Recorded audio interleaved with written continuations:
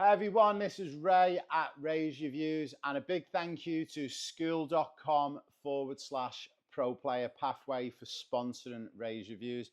If anyone's wondering what our school community is, in a nutshell, it's for boys and girls aged 5 to 23 years of age who want to know how to make it as a professional, maybe be developed as a professional, or maybe you already think you're good enough to be a professional. We can open up trials in the UK and Europe for you. And also, as a UEFA Player Agent, my name's Raymond Wood. I would happily represent you. And all you need to do to be in this community and to get all of those 5 things is to pay $37 a month. Guys, the link's above. Sign up. If you don't like it, you can leave after 1 month. But trust me, this is the best football community on the planet. And it's the only football community that actually gives you access to a player agent, trials to the UK and Europe. And also, I'll show you my 25 years of working in professional football and how I can turn you via this community into a superstar. Now, into Ray's Reviews. What a weekend we've had. So the game's kicked off at Saturday, 3 p.m. in England. First game up, we had Nottingham Forest versus Brighton and Hove Albion. Now, I did pick Nottingham Forest to win this game. I had them to bounce back from their 4-0 defeat, I think it was, the week before. 5-0 defeat, actually, at Bournemouth. They actually did bounce back in a big way. Notts Forest 7, Brighton and Hove Albion 0. So, guys, Nottingham Forest, are they on track to make it into the Champions League? I said a couple of years ago my dream would be to see Nottingham Forest back in the Champions League again, where they belong. They're a great club. Most people don't remember and will not remember, but they have actually won 2 Champions Leagues. They're one of the most successful teams in England and in Europe. So it'd be so good to see Forest back in there. My friend Chris Wood, well done. Not only has he got the same namesake as me and Wood, but also I did work with Chris when he was at Leicester City many years ago when I was there. And he was probably one of the most underrated players at the time then. And I still think, with all the goals he scored this year in the Premier League, he's still very underrated. Not many people rate him. I'm telling you, Chris Wood, my friend from the other side of the water in New Zealand, the Kiwi, is the real deal. And he'll prove himself next year as well. He'll score many, many more goals. Next game, Bournemouth 0, Liverpool 2. Now, I've got a bit of an obsession lately. I love following Arsenal FC TV and all of the different pundits on there. And I love how biased it is. It makes me laugh. It keeps me amused. All of them, I think, were actually praying Liverpool were going to slip up. Not predicting, like, with any football knowledge that Liverpool were going to slip up. I actually was slightly worried about the game, but I did think Liverpool would come over their game. And I actually predicted a 2-1 win for Liverpool. I thought they were going to score first. It was tight. Bournemouth could have scored many, many times. But the one thing I've noticed with Liverpool, and I think I've told some of you on this Ray's Reviews before, I was very lucky to meet Arne Slot many, many years ago at a coaching conference. And what come across to me was how astute he was. He was a tactician. And I think what he's done is he's come into Liverpool. He's looked at everything that Jurgen Klopp has done, which was amazing. But how could he improve on what Jurgen Klopp done? And I think he identified 2 things.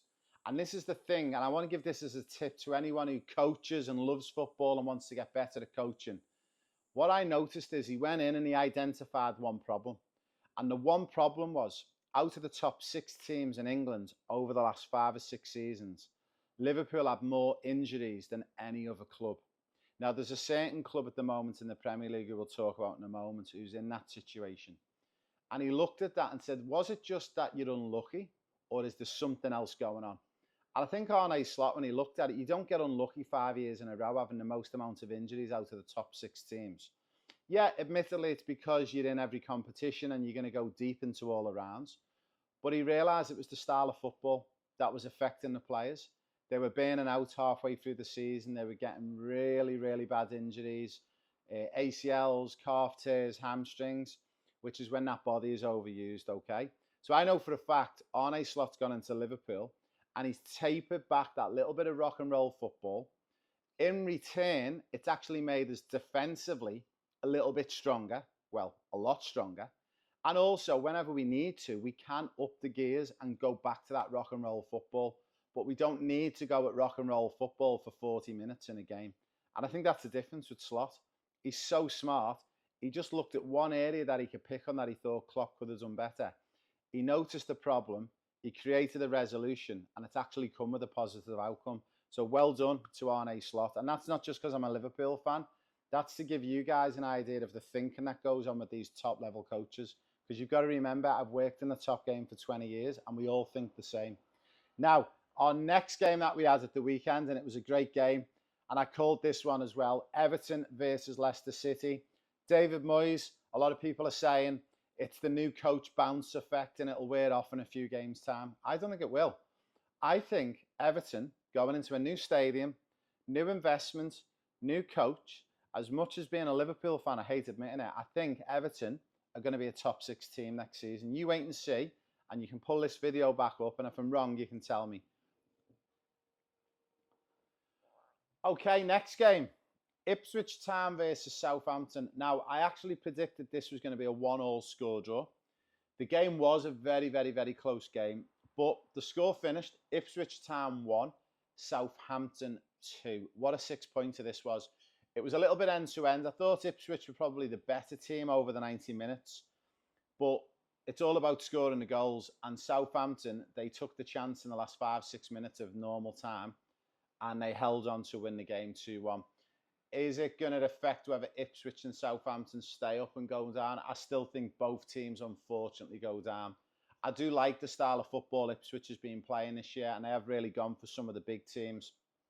In that first game of the season, they really, really went after Liverpool. But I think, for me, when you're in the Premier League, you've got to pick and choose your games. You really try and have a go to try and win. And I think you've got to try and maybe see some of the bigger games out. Against Southampton, I think Ipswich are going to be super disappointed losing 2-1 at home. And I think that's 3 points they'll think they've missed out on. The next game we had, and again, this was a prediction I actually got right for a change. It was actually Newcastle United versus Fulham.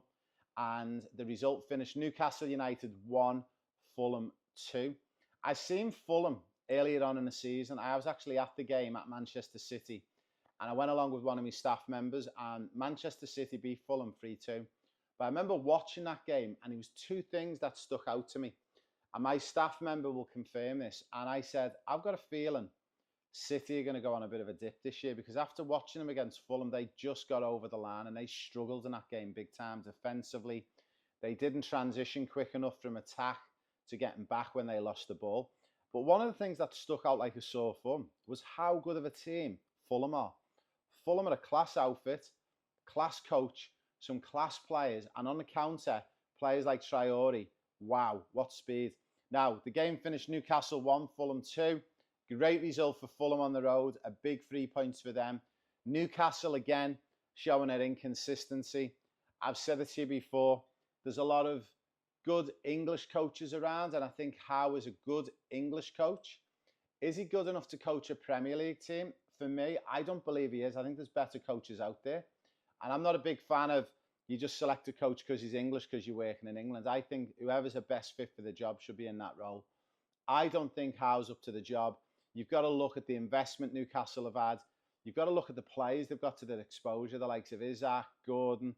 They've got some world-class players, but for me, they're not consistent enough. And how long is it going to be before the Newcastle fans start getting upset? So it's going to be interesting on that one. And the final game from Saturday was Wolves versus Aston Villa. Again, I did predict this one right. I did predict a 2-0 win for Wolves. And the beauty of this was, I think, for Wolves was Villa, unfortunately for them, were involved in European football during the week. It takes its toll on teams. And you could see they looked a little bit leggy and a little bit tired. However, Aston Villa, they're the goal ruled out in the last 5 minutes. And I'm going to put it up above. And I want you to have a little look at this goal. And for me, I'm not a Villa fan. I'm not a Wolves fan. This got ruled off for offside. And this would have made the score 1-1. Now, for me, this is not offside. I would love to see this one back again. So, guys, what do you think? Leave it in the comments, okay? So, the game finished Wolves 2, Villa 1. So, overall, a great result for Wolves. Wolves is another team similar to Fulham. I was very fortunate to go to Wolves versus Liverpool at the back end of last year. And I'll be honest, as a Liverpool fan, I think in that first 40 minutes, we got away with it. We could have been 1 or 2 goals down. I then seen Wolves play Man City at home a few weeks later. And again, I think Wolves were unlucky, not only to draw, but to win that game as well. I think hats off to Wolves.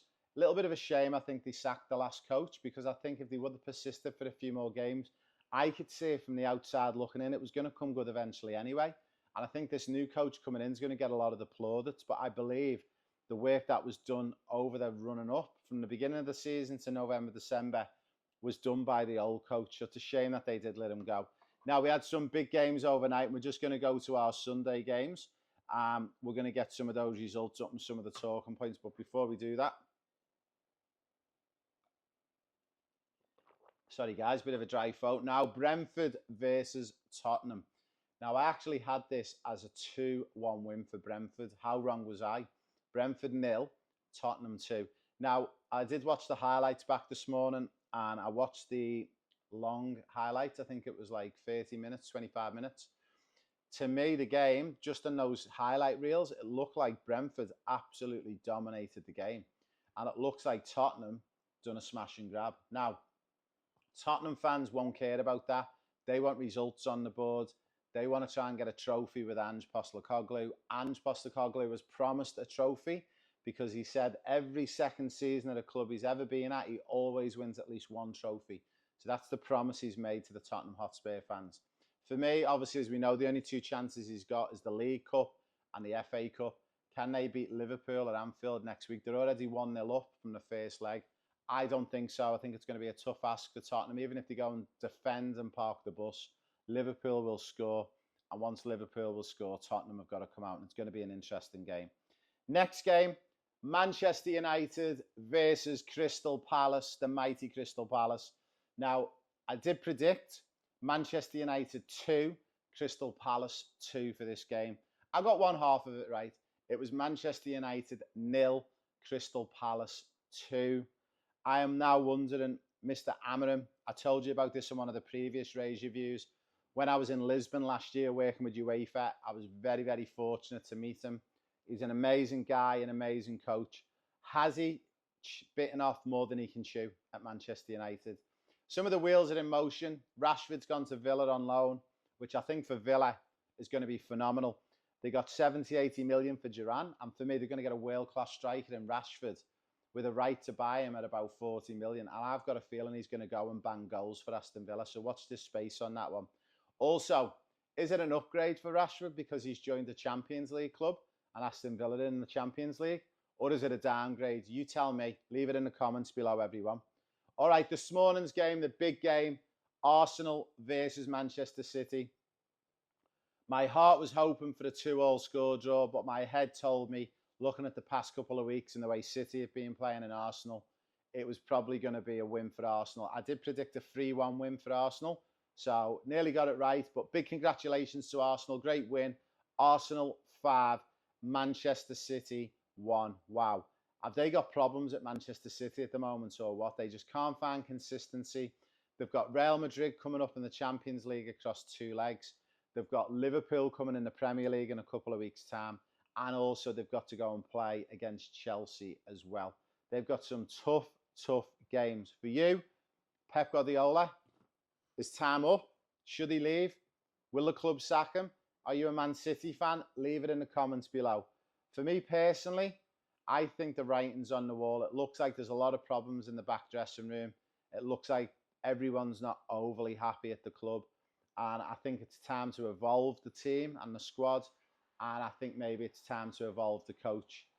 Did Jurgen Klopp get out at the right time? And did he think of Liverpool Football Club rather than thinking of himself? I think in reflection, he definitely did. And hats off to Jurgen. He got tired. And maybe he started to think, maybe we could have been in a situation that City are in this season if he would have stayed on. We've now got Slot who's come in. He's freshened up the playing style, the tactics, but he hasn't freshened up the squad. He hasn't spent any money.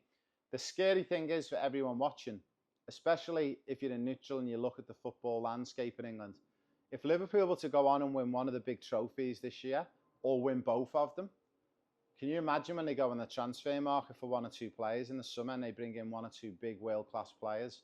Liverpool are looking very, very good for the next couple of seasons. Guys, leave it in the comments below. Who's your predictions for the Premier League? Who's your predictions to finish in the top 5 for the Champions League? And also remember, we are sponsored by school.com/pro player pathway, the all-in-one community for boys and girls aged 5 to 23 who not only want to develop as a player, they want to be coached by me, they want to be represented by me as an agent, and also I will get you free trials to the UK and Europe. That's right, free, no money. All you need to do, subscribe to school.com/pro player pathway. Have a beautiful week, everyone, and I'll be back with more Rays reviews.